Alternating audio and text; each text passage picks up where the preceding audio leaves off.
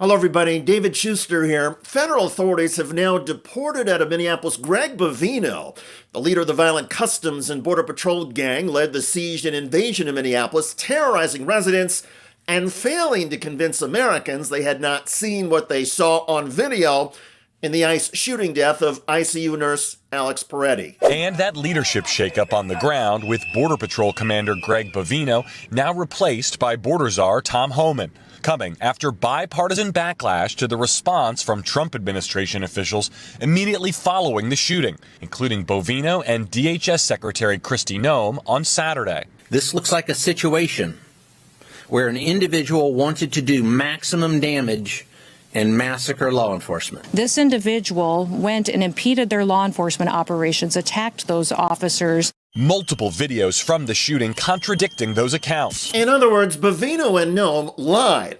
So now they have been removed from Minneapolis operations, with Bovino returned to his previous home in El Centro, California.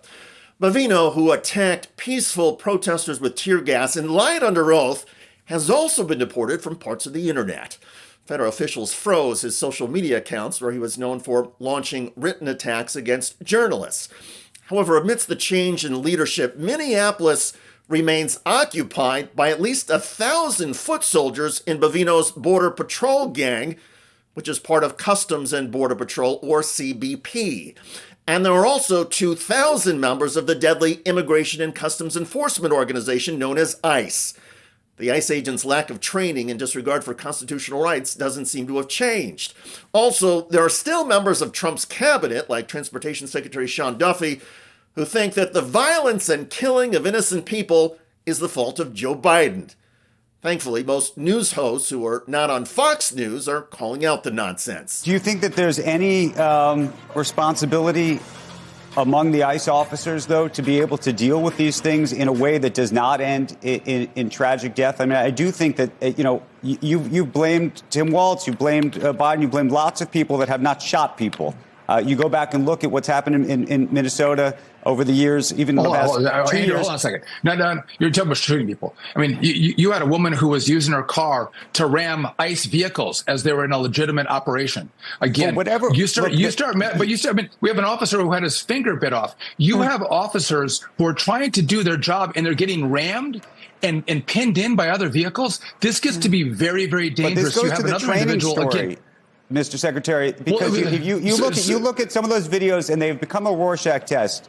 And people look at some of those videos, including the police officer who was standing in front of the car, something that everyone has been trained in the military and police not to do, and yet they did.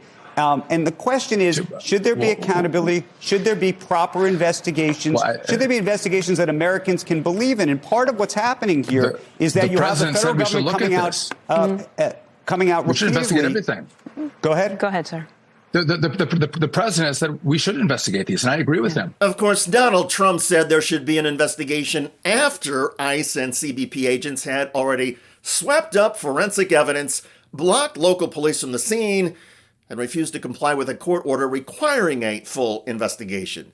It may still be possible, based just on the video recordings and eyewitness statements, to do an investigation, but legal experts say the actions of ICE and Border Patrol agents obstructed prosecutors and anybody else seeking accountability.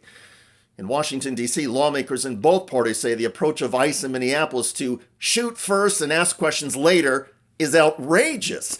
Democratic Senator Mark Warner notes that even though a majority of the public still supports closing down the border, an even stronger majority opposes the violent and unlawful nature of these deportation raids. I don't think the American people signed up for this, where you see people who are working. There ought to be a path towards legality. We've worked on that. We've screwed that up, immigration reform, for years, both sides. But the idea that we're going to send in these ICE agents, by the way, Joe, do you realize ICE used to take 5 to 6 months to get trained? They've now lowered the training period to 47 days. Why 47 days? Because Donald Trump's the 47th president. Tell me that's a rational approach. I'm not obviously I'm not going to take that bait and say it's a rational approach, but Joe, you can't pick your facts. But picking your facts and denying reality is part of the playbook for Trump supporters. The problem that Joe Kernan and other conservatives in media and politics are running into is the existence of video. Americans can see for themselves what federal agents have been doing and how Renee Good and Alex Peretti were killed. And so the Trump administration has decided to change its communications strategy, even if the deportation raids continue.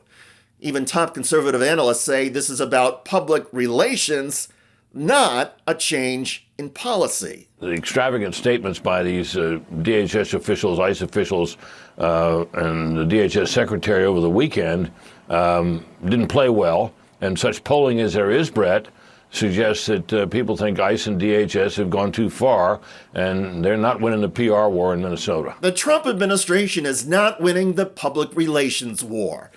And that's fine for conservatives to obsess over, but most of the rest of the country is concerned about the actual war against civilians and the mounting gruesome death toll. If you look at the data, Americans are now far more likely to be killed by a federal ICE or Border Patrol agent than be killed by an undocumented migrant. And the killings of ordinary Americans by migrant criminals, well, that was the official reason for these ICE raids and deportation efforts to begin with. Thankfully, at least some of the ICE and CBP leadership are being deported away from Minneapolis, and that's a start. Did you know that the big wireless carriers like Verizon and AT&T made over $18 billion in profit last year? How? By overcharging you for unlimited data, most of which you probably aren't even using. But what if you could get paid to use your phone less and only pay for the data you do use? Well, with Noble Mobile, you can. For just $50 a month on their No Bull plan, you get unlimited data, and whatever data you don't use, you get cash back right in your pocket. People who switch to Noble can save an average of $500 to $1,000 a year. It's a no-brainer. And by switching to Noble, you're directly supporting TYT and our mission of bringing you honest, independent news.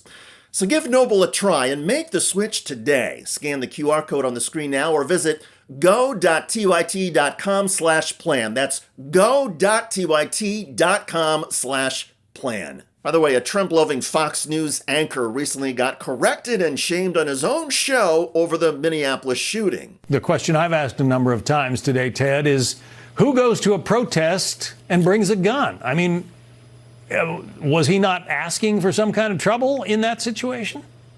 No, I really don't think so, John. Look, I've been on this channel on numerous occasions where we talk about the Second Amendment and the right to carry firearms.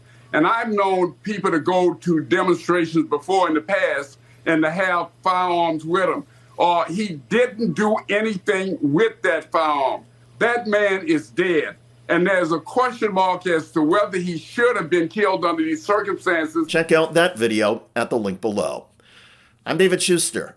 Thanks for joining us.